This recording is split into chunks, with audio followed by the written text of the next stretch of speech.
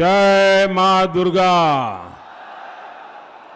जय मां काली, हर हर महादेव।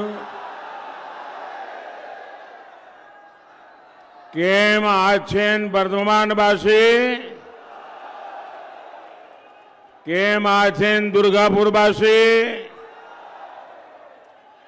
आपना देर सकल के हमारा विनम्र श्रद्धा प्रणाम ओ भालोबासा।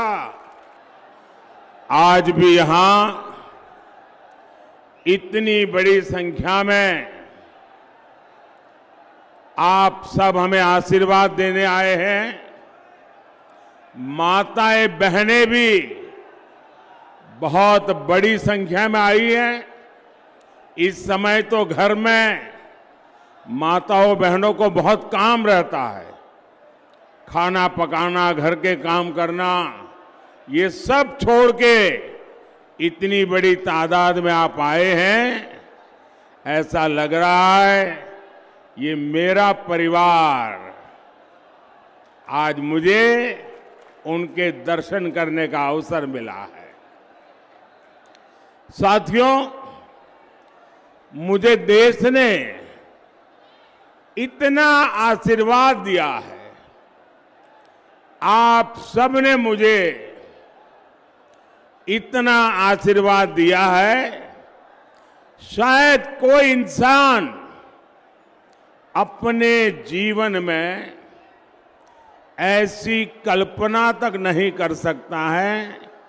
शायद दुनिया में कोई इंसान कल्पना नहीं कर सकता है कि ईश्वर रूपी जनता जनार्दन इतने आशीर्वाद बरसाएं और लगातार बरसाएं और सालों साल ये आशीर्वाद बढ़ता ही जाए, बढ़ता ही जाए, बढ़ता ही जाए। जीवन में इससे बड़ा संतोष क्या होता है। मेरे प्यारे देशवासियों, आप भी जानते हैं, अगर पद की लालसा हो, प्रतिष्ठा की लालसा हो, पीएम पद की लालसा हो, तो एक बार इंसान पीएम के शपथ ले ले, फिर उसके जीवन में वो ऊंचाई तो प्राप्त हो ही जाती है, इतिहास में नाम दर्ज हो ही जाता है। तो फिर लोगों को लगता है कि मोदी जी दो बार एमपी रहे, पीएम रहे, दुनिया में इतना नाम हो गया। अरे कभी तो आराम करो। लेकिन मेरे देशवासियों, मैं मौज करने के लिए पैदा नहीं हुआ। मैं खुद के लिए जीना नहीं चाहता हूं। मैं तो आप सबकी चरण रज माथे पर चढ़ाकर आपकी सेवा का संकल्प लेकर ये महान भारत माता के 140 करोड़ देशवासियों की सेवा करने के लिए निकला हूं।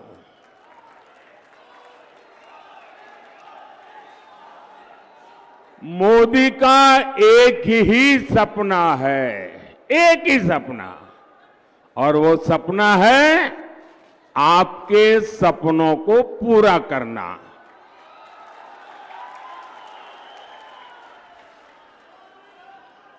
मुझे ज्यादा से ज्यादा आशीर्वाद चाहिए ताकि मैं ज्यादा से ज्यादा आपकी सेवा कर सकूं, ज्यादा से ज्यादा देश की सेवा कर सकूं।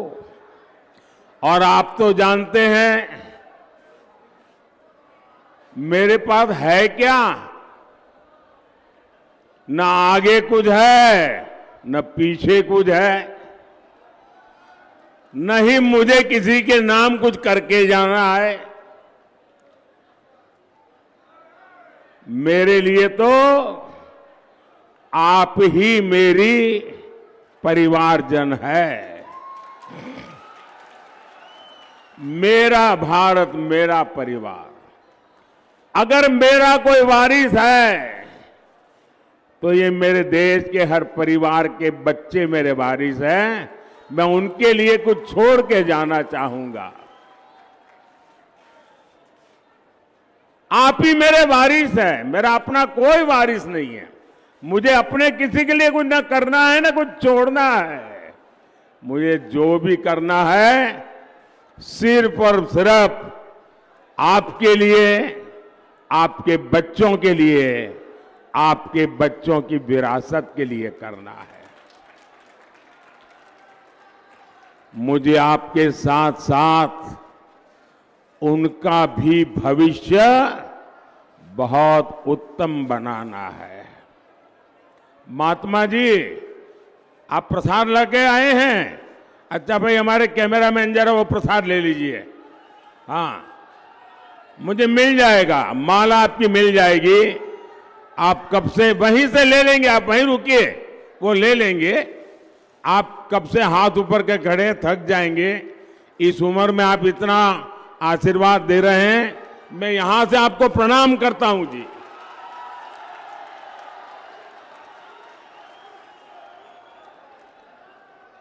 भाइयों और बहनों, मोदी विकसित भारत बनाने के लिए, आत्मनिर्भर भारत बनाने के लिए दिन रात एक किए हुए हैं। आखिर क्यों? ये मैं अपने लिए नहीं कर रहा हूं, मैं अपनों के लिए कर रहा हूं। और मेरे अपने मतलब मेरा भारत मेरा परिवार। आपके सपनों के लिए संकल्प लेकर के जी रहा हूं। मेरे प्यारे भाई बहन, जब मैं गरीबी देखता हूं, जब मैं आपकी परेशानियां देखता हूं, तो मेरी छटपटाहट बहुत बढ़ जाती है। मैं और ज्यादा बेचैन हो जाता हूं, क्योंकि मेरे लिए जब मैं सब देखता हूं तो मुझे मेरे जीवन के वो दिन याद आ जाते हैं। क्योंकि मैंने बचपन में यही देखा है, मेरे आसपास भी यही देखा, परिवार में भी यही देखा। जिंदगी जीने के लिए परिवार के लोगों को कितनी मशक्कत करनी पड़ती है, कितना जूझना पड़ता है, वो मैंने देखा है, जिया है। लेकिन मैं नहीं चाहता कि अब एक भी भारतीय ऐसी गरीबी में जीने के लिए मजबूर हो। मेरा भारत मेरा परिवार अब गरीबी की जिंदगी नहीं जिएगा। आज मुझे ये देखकर संतोष होता है कि पिछले 10 साल में 25 करोड़ लोग गरीबी से बाहर निकले हैं। ये मैं संतोष मार करके सोने वाला नहीं हूं। हां, मेरा विश्वास बढ़ गया है कि मैं अगर इतनी मेहनत करता हूं, अगर 25 करोड़ लोग निकल सकते हैं गरीबी से बाहर, आने वाले 5 साल मेहनत जरा ज्यादा करूंगा ताकि सबके सब गरीबी से बाहर आ जाए। जब उनकी गरीबी दूर हो सकती है तो ये तय है कि भारत से हम हर किसी की गरीबी हटा सकते हैं। इसलिए मैं जी तोड़ मेहनत कर रहा हूं। और मैंने देखा है कि मेरी मेहनत में रंग भर दिया है मेरे देश के गरीबों ने, मेरी मेहनत को नई ताकत दी है मेरे देश के गरीबों ने। क्योंकि जब मैंने उनको कहा कि मैं आपको हथियार दूंगा, मैं आपको अवसर दूंगा, आपकी मेहनत गरीबी को परास्त करेगी, और उन्होंने मेरे साथ कदम से कदम मिलाकर के चल दिए और 25 करोड़ लोग गरीबी को ध्वस्त कर करके बाहर निकल आए। और इसलिए इस सफलता में उन गरीबों का सबसे बड़ा योगदान है जो मेरी बात मान करके मेरे साथ मेहनत के लिए आगे आए। और जब मैं उनको कहता था कि आप पहले इतनी मेहनत करते तो नहीं, बोले साहब आपको देखते हैं ना, इसलिए हमको लगता है कि आप हमारे लिए इतनी मेहनत करते हैं तो हमें हमारे लिए और ज्यादा करनी चाहिए। और इसलिए एक प्रकार से हर किसी को मेहनत का चेप लग गया और हर कोई मेहनत करने लग गया तो गरीबी जाने लगी। भाइयों, मैं जानता हूं कि भारत विकसित होगा तो उसका लाभ हमारे देश के प्रत्येक नागरिक को होने वाला है, आपको होने वाला है। भारत विकसित होगा तो हर भारतीय की आय बढ़ेगी, और जब हर भारतीय की आय बढ़ेगी तो मेरे बंगाल के लोगों की भी आय बढ़ेगी, मेरे दुर्गापुर के लोगों की आय बढ़ेगी। हमारे दिलीप जी इतनी मेहनत कर रहे हैं, यहां तो वर्धमान में और ज्यादा बढ़ेगी। मैं चाहता हूं धान के कटोरे के रूप में वर्धमान की फिर से जय जयकार हो। मैं चाहता हूं इंडस्ट्रियल सिटी के रूप में दुर्गापुर की पहचान देश में ही नहीं दुनिया में सशक्त हो। साथियों, बीते 10 साल में महिला स्वयं सहायता समूहों से 10 करोड़ महिलाएं जुड़ी हैं। मोदी ने इन्हें लाखों करोड़ रुपए की मदद दी है। आज ये स्वयं सहायता समूह अपना व्यापार कारोबार फैला रहे हैं। मोदी ने इन समूहों की 3 करोड़ बहनों को लखपति दीदी बनाने की गारंटी दी है। मोदी गांव देहात की अपनी बहनों को ड्रोन पायलट बनाने में भी जुटा है। इतना कुछ मैं क्यों कर रहा हूं? ताकि मेरी बहनों बेटियों आर्थिक रूप से और सक्षम बने, उनकी आमदनी बढ़े। लेकिन साथियों, ये टीएमसी, ये लेफ्ट और ये कांग्रेस वाले कर क्या रहे हैं? ये दिन रात क्या कर रहे हैं? मोदी का सिर लाठी मारकर फोड़ देंगे। ये कहते हैं मोदी को गोली मार दो। लेकिन मैं भी डरने वालों में से नहीं हूं। और ये नामदार लोग समझ लें, कामदार कभी डरते नहीं हैं। ये नामदार लोग समझ लें, गरीब ने कभी डर करके जिंदगी जी नहीं है। और मैं गरीबी से निकला हूं तो डरना तो मेरी डिक्शनरी में ही नहीं है। और हम गरीब लोग जीत के बड़े पक्के होते हैं। एक बार ठान लिया मतलब ठान लिया। मैंने भी ठान लिया है, जितनी नफरत मुझसे करोगे, जितनी गालियां मुझे दोगे, मैं उससे ज्यादा देशवासियों की सेवा करूंगा। साथियों, लेफ्ट और कांग्रेस और टीएम के पास विकास का विजन ही नहीं है। लेफ्ट, कांग्रेस और टीएमसी किसी राज्य का क्या हाल कर सकती है, ये आप लोग अच्छी तरह जानते हैं। ये बगल में त्रिपुरा लेफ्ट वालों ने तबाह करके रखा था। 35 साल राज किया और पिछले 5 साल में बीजेपी ने पूरे त्रिपुरा की जिंदगी बदल दी। दोस्तों, लेफ्ट वाले गए तो विकास का सूरज उगने लगा। आपके सामने जीता जागता उदाहरण है। देश का विकास करना ये इनके बस की बात नहीं है। इन्हें बस एक ही काम आता है, वोट के लिए समाज को बांटो, देश को बांटो। मैंने कल टीवी पर देखा, यहां बंगाल में टीएमसी के एक एमएलए ने सरेआम धमकी दी। वो कह रहे थे कि हिंदुओं को 2 घंटे में भागीरथी में बहा देंगे। ये कौन सी भाषा है भाई? ये कौन सा पॉलिटिकल कल्चर है? हिंदुओं को बहा दोगे? वाकई क्या हालत हो गई है?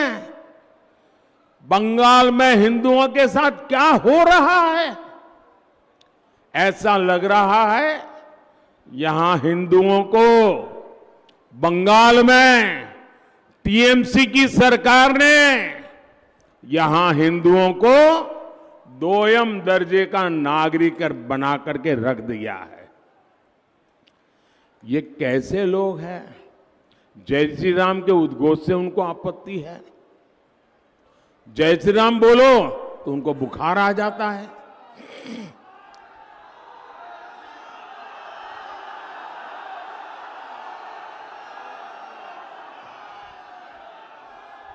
इनको राम मंदिर के निर्माण से आपत्ति है।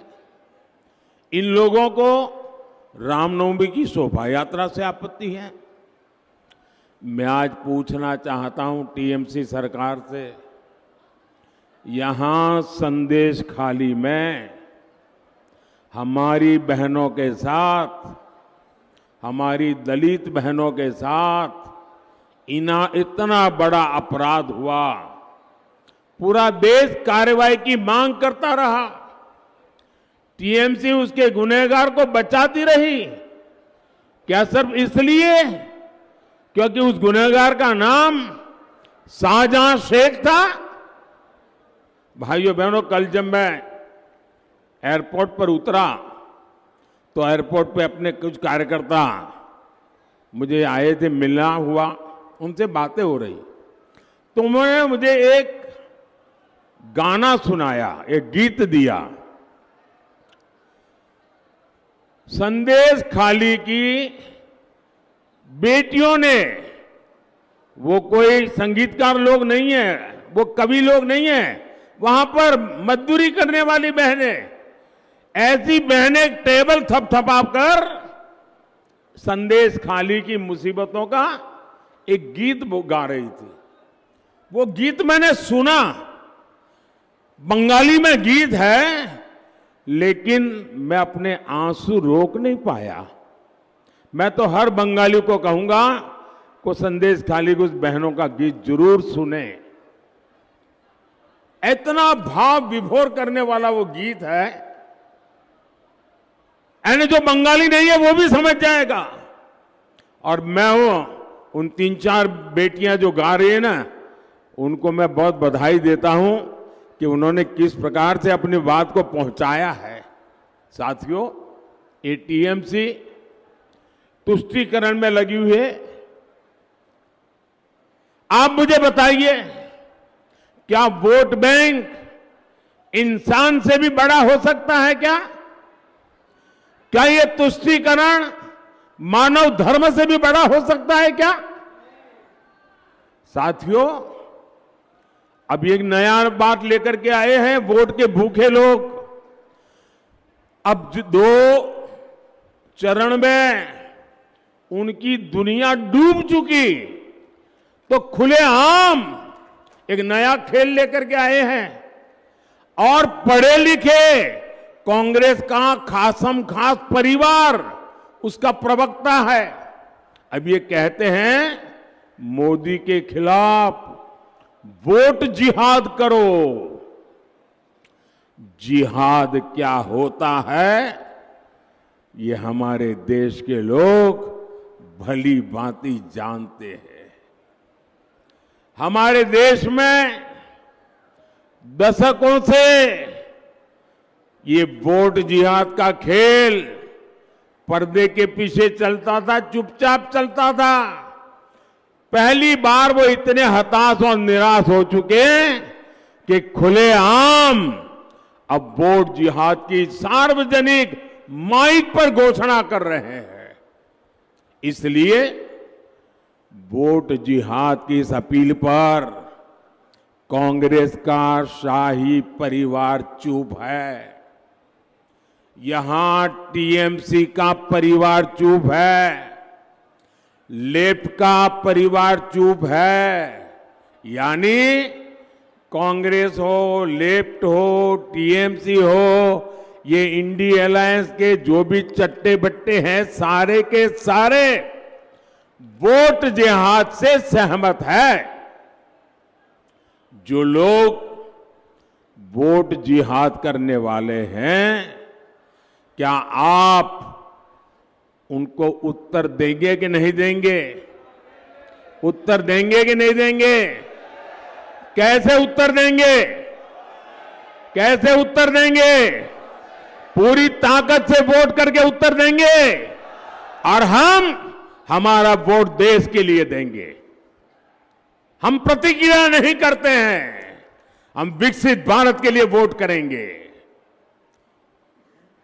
आपनी देशेर नामे, আপনি দেশের নামে ভোট করুন, विकसित भारतेर জন্য ভোট করুন। साथियों, टीएमसी हो, कांग्रेस हो या लेफ्ट हो, ये जो इंडिया अलायंस है ये अपने वोट बैंक के हितों के लिए कुछ भी कर सकते हैं। आप देखिए, कांग्रेस के नेता घोषणा कर रहे हैं कि आपके मकान, आपकी दुकान, आपके खेत, बहनों के गहने, सबका एक्सरे करेंगे। बताइए, आपके लॉकर का एक्सरे होगा, आपके घर में क्या पड़ा हो इसका एक्सरे होगा, आपकी दुकान में क्या है एक्सरे होगा, आपके पास क्या कमाई हुई है उसका एक्सरे करेंगे। ये लोग आपकी कमाई का एक हिस्सा जब्त करेंगे और फिर अपनी ये जिहाद वोट बैंक वाली खास वोट बैंक है ना, उनको वो देना चाहते हैं। क्या आप अपनी संपत्ति लूटने देंगे? आप अपने गहने लूटने देंगे? आप अपना मंगलसूत्र छीनने देंगे? क्या टीएमसी और लेफ्ट ने कांग्रेस के इस खतरनाक खेल का विरोध किया क्या? क्योंकि इन सब का पर्दे के पीछे एक ही एजेंडा है। साथियों, हमारे संविधान की मूल भावना है कि भारत में धर्म के आधार पर आरक्षण नहीं दिया जाएगा। ये निर्णय संविधान सभा ने बहुत सोच विचार कर किया था। बाबा साहब आंबेडकर ने भी जीवन भर धर्म के आधार पर आरक्षण के खिलाफ बहुत कुछ कहा है, लेकिन कांग्रेस देश में धर्म के आधार पर आरक्षण देने की साजिश कर रही है। ये एससी, एसटी, ओबीसी के हक का आरक्षण उनसे छीन करके अपने खास वोट बैंक, जिहादी वोट जहां से मिलने वाला है, उनको देने के लिए संविधान बदलना चाहते हैं। मैंने सोचा कांग्रेस इतना पागलपन क्यों है उसके विषय में। तो मैंने कुछ लोगों को पूछा, मैंने कहा भाई क्या ये क्यों ऐसा कर रहे हैं। बोले उनका सीधा सीधा हिसाब है कि वो अब दलितों को, आदिवासियों को और ओबीसी उनको जबरदस्त सजा करना चाहते हैं। मैंने कहा दलित, आदिवासी और ओबीसी को सजा क्यों? बोले सजा इसलिए करना चाहते हैं कि मोदी आज जो बैठा है ना, उसका कारण अब दलित मोदी को वोट देता है, आदिवासी मोदी को वोट देता है, ओबीसी मोदी को वोट देता है। और इसलिए 50 साल तक जो कांग्रेस के साथ रहे, वो दलित, आदिवासी और ओबीसी कांग्रेस से खिसक गए, मोदी के साथ चले गए, मोदी का काम देख करके चले गए। तो अब उनको लगता है कि अब दलितों को, आदिवासियों को और ओबीसी को सजा करे। और उनके पास जो सबसे बड़ा हथियार है आरक्षण का, वो लूट लें और मुसलमानों को खुश करें, धर्म के आधार पर ये आरक्षण उनको दे दें ताकि उनकी वोट बैंक की राजनीति चलती रहे। और इन्होंने ये पाप कर्नाटका में ऑलरेडी शुरू कर दिया है। टीएमसी लेफ्ट इतने बड़े भयंकर पाप में भी चुप है। और मैं पिछले 10 दिन से लगातार कांग्रेस को 3 चैलेंज कर रहा हूं, लेकिन वो मौन रख करके बैठ गए हैं।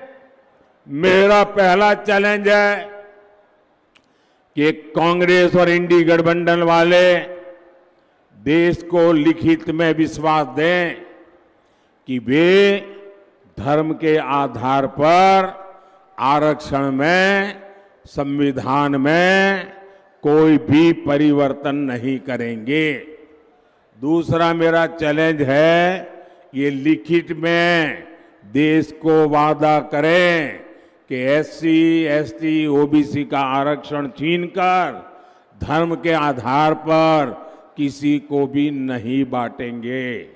मेरा तीसरा चैलेंज है, वो लिखित में दे, जहां इनकी राज्य सरकारें हैं वहां ओबीसी का कोटा काट करके धर्म के आधार पर मुसलमानों को आरक्षण नहीं दिया जाएगा। मेरी 3 साफ साफ मांग है भाई, मेरी चुनौती है उनको, मेरी चैलेंज है। 10 दिन हो गए, मुंह पे ताला लगा करके बैठ गए हैं और पैर कांपने लगे हैं, जवाब क्या दें? और इसलिए देश के हर एससी, एसटी, ओबीसी को ये इंडी गठबंधन के इरादों से सावधान रहना है। ये आपको सजा देने के मूड में है, आपके पास जो है वो लूटने के मूड में है। साथियों, मोदी जिंदा है ना, तब तक मैं लूटने नहीं दूंगा। मेरे दलित, आदिवासी, ओबीसी भाई मुझ पे विश्वास करें, मोदी जिंदा है, वो आपका हक की एक भी चीज लूटने नहीं देंगे। साथियों, बंगाल साक्षी है कि कांग्रेस ने धर्म के आधार पर देश को विभाजन किया था। पड़ोसी देशों में जो हिंदू, बौद्ध, जैन, ईसाई, पारसी, ये सारे अल्पसंख्यक वहां पर रहते थे, तब उनको संरक्षण देने का वादा किया गया था। 1947 में वादा हुआ है। उस वादे को निभाने के लिए आज 75 साल तक काम नहीं हुआ। अब मोदी ने किया, सीएए कानून लाया, इनमें बहुत बड़ी संख्या में मेरे दलित परिवार है, नामशूद्र परिवार है, संथाल परिवार है, जिनके साथ वहाँ जुल्म हुआ, वो यहाँ आने के लिए मजबूर हुए। लेकिन टीएमसी, लेफ्ट और कांग्रेस, ये पूरा इंडी गठबंधन सीएए को खत्म करने की घोषणा कर रहे हैं। आप सावधान रहिए, ये अपने वोट बैंक को खुश करने के लिए किसी भी हद तक जा सकते हैं। साथियों, मीडिया के कई साथी एक्सपर्ट के साथ अब भी ये अनुमान लगा रहे हैं कि चुनाव कौन जीतेगा। अब ना किसी ओपिनियन पोल की जरूरत है, ना किसी एग्जिट पोल की जरूरत है। मैं उन्हें कब से बता रहा हूं, देश बता रहा है कि भाई रिजल्ट क्लियर है। मैंने तो पहले ही कहा था कि इनकी मैंने पार्लियामेंट में कहा था, तब तो चुनाव को 2 महीने की 3 महीने की देर थी। मैंने कहा था इनकी सबसे बड़ी नेता चुनाव लड़ने की हिम्मत नहीं करेगी, वो डर के मारे भाग जाएगी। और वो भाग करके राजस्थान गई और राजस्थान से राज्यसभा में आई, और हुआ भी यही। मैंने पहले ही बता दिया था कि शाहजादे वायनाड में हारने वाले हैं, और हार के डर से जैसे ही वायनाड में मतदान समाप्त होगा, वो दूसरी सीट खोजने लग जाएंगे। और अब दूसरी सीट पर भी उनके सारे चेले चपाटे कह रहे थे अमेठी आएंगे, अमेठी आएंगे। लेकिन अमेठी से भी इतना डर गए, इतने डर गए, वहां से भागकर अब रायबरेली में खोज रहे हैं रास्ता। ये लोग घूम घूम कर सबको कहते हैं डरो मत। मैं भी आज उन्हें कहता हूं, और बड़े जी भर के कहता हूं, अरे डरो मत, भागो मत। और आज मैं एक और बात कहूंगा, कांग्रेस इस बार पहले से भी कम सीटों पर सिमटने जा रही है। वो पहले से कम सीटें लड़ रहे हैं, तो अपने आप भी कम जाना थल है। अब देश भी समझ रहा है कि ये लोग चुनाव जीतने के लिए चुनाव नहीं लड़ रहे हैं, ये सिर्फ और सिर्फ देश को बांटने के लिए चुनाव के मैदान का उपयोग कर रहे हैं। भाई और बहनों, इंडी गठबंधन सिर्फ एक वोट बैंक के लिए समर्पित है, जबकि हम सबका साथ, सबका विकास के मंत्र पर काम करने वाले लोग हैं। मोदी ने 10 साल में बंगाल के गरीबों के लिए, दलित, आदिवासी पिछड़ों के लिए 38 लाख से ज्यादा पक्के घर बनाए हैं, करीब करीब आधा करोड़। मोदी आज बंगाल के 6 करोड़ जरूरतमंदों को मुफ्त राशन दे रहा है। मोदी ने बंगाल के 80 लाख से ज्यादा घरों तक नल से जल पहुंचाया है। मोदी ने बंगाल के 5 करोड़ लोगों के जनधन खाते खोले। मोदी ने पीएम सुरक्षा बीमा योजना अंतर्गत जीवन ज्योति योजना के तहत मामूली प्रीमियम पर गरीबों का बीमा किया। मुश्किल समय में ऐसे गरीबों को अकेले बंगाल में 450 करोड़ रुपए की क्लेम राशि दी गई है। मोदी ने वर्धमान के लाखों किसानों की पीएम किसान सम्मान निधि के तहत करीब 500 करोड़ रुपए इस वर्धमान इलाके में दिए। इसका लाभ यहां जो आलू के किसान हैं उनको मिला है। साथियों, लेकिन मुझे अफसोस होता है कि मोदी के प्रयासों पर टीएमसी हर तरह से डाका डालने पर तुली है। केंद्र सरकार की हर योजना में यहां टीएमसी के तोलाबाज लूटपाट मचा रहे हैं। टीएमसी के तोलाबाजों ने शिक्षकों की भर्ती में लाखों नौजवानों के साथ धोखा किया है।